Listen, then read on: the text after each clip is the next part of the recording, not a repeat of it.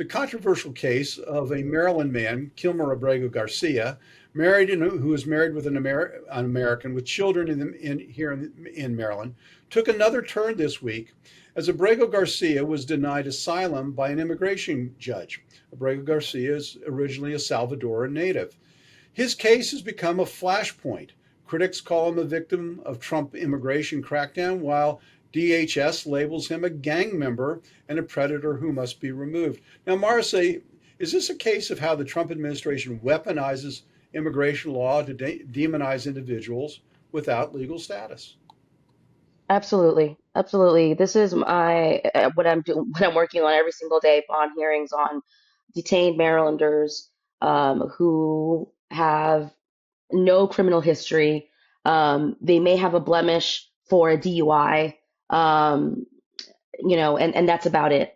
And what happened to Kilmar Abrego Garcia is is inhumane. And I want to commend Senator Chris Van Hollen for personally making the trip to El Salvador. And this is coming from a delegate that was called, I was what do they call me? They call me a radical. The Baltimore Sun called me a radical a couple times when I was just simply making constitutional arguments like those that Senator Chris Van Hollen has finally made somewhat mainstream. So I think the only silver lining from these numerous violations on due process rights of all individuals. So the Constitution says it plain and clear: any individual on American soil has the right to due process. It does not matter if they're undocumented or not. Now, depending on whether you have some kind of status, you have a right to a bond hearing, or you have a right to appeals, or other types of due process. But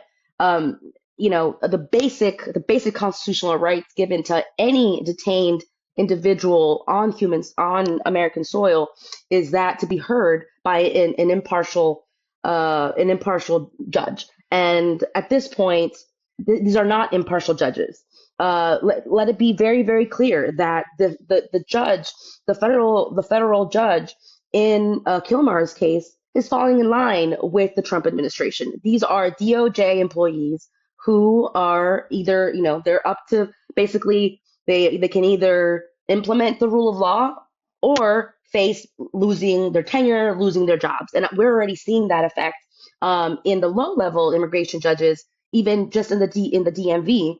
I'm having, and it's already increasing the backlog on top of the backlog that already existed, All right, where we Marissa, have, yes, I'm sorry. I want to give Jackie a please go chance ahead. here. Go ahead. Go ahead. I mean, admittedly, there is a question. I mean, Mr. Abrego Garcia did go before immigration judges in the past, and his status was questionable, and he was trying to appeal that. So, I grant your concern about the civil liberties of people, but there are instances, and we have an instance in Iowa where Ian Roberts, who had been who was the superintendent of schools in Iowa, had overstayed his visa, and the federal government does have a right to enforce immigration laws. So, Jackie, just talking about the Garcia case for a second, there are those who think he has gotten his due process, and it's time to move on. What do you think? Absolutely. I mean, I think we could have an entire show just talking about, the political biases of federal judges, the lawfare that's been thrown at the Republicans and President Trump, but we'll save that for another day. But I do think at this point, Kilmar Abrego Garcia has had his due process. And I also think that his lawyers overplayed their hand. If you'll recall, I think it was about a month ago, his lawyers put a list of, it was like 20 countries. He cannot be deported to these countries because he is at risk there. I'm like, okay, well, you're from El Salvador. I feel like you probably have not been to all 20 of these countries. So this is really just trying to put up roadblocks and in a way that is, he's clearly not going to be persecuted in a bunch of these random countries in Africa that he's never been to. And I know they just changed the order that he's going to now be going to Uganda and not Eswatini, as they had decided after they sent that list of 20 countries. They're like, all right, how about this country you've never heard of? Well, So yeah, So, I I think mean, that, this is a complicated case, Marice, and I want to speak in general, about uh, the immigration enforcement effort. Is what's being done? Obviously, you feel like it's unfair. Is there a fair way to enforce our immigration laws? Absolutely.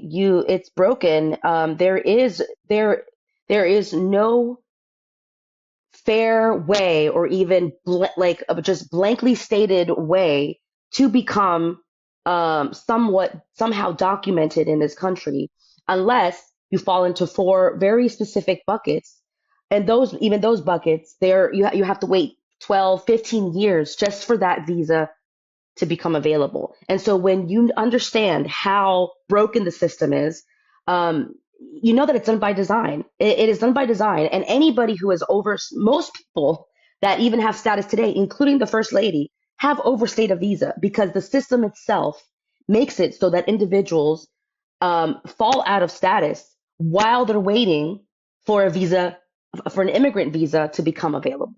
And that is even with the highest priorities, which is a U.S. spouse or a child of a U.S. citizen. There, you're still waiting in line for years and years and years. And so, no, Congress has, not just Congress, but the American people. We've benefited from um, labor, from cheap labor, and so then it's by design. Unless we can correct the break in the system, you're always going to have individuals who are going to risk their lives to be able to come to this country. Thank you, Marice. You're absolutely right. It's a wonderful country to be a part of when you're here legally. And Jackie, I'll give you the last word. Isn't this fundamentally about the federal government's ability to control our national borders?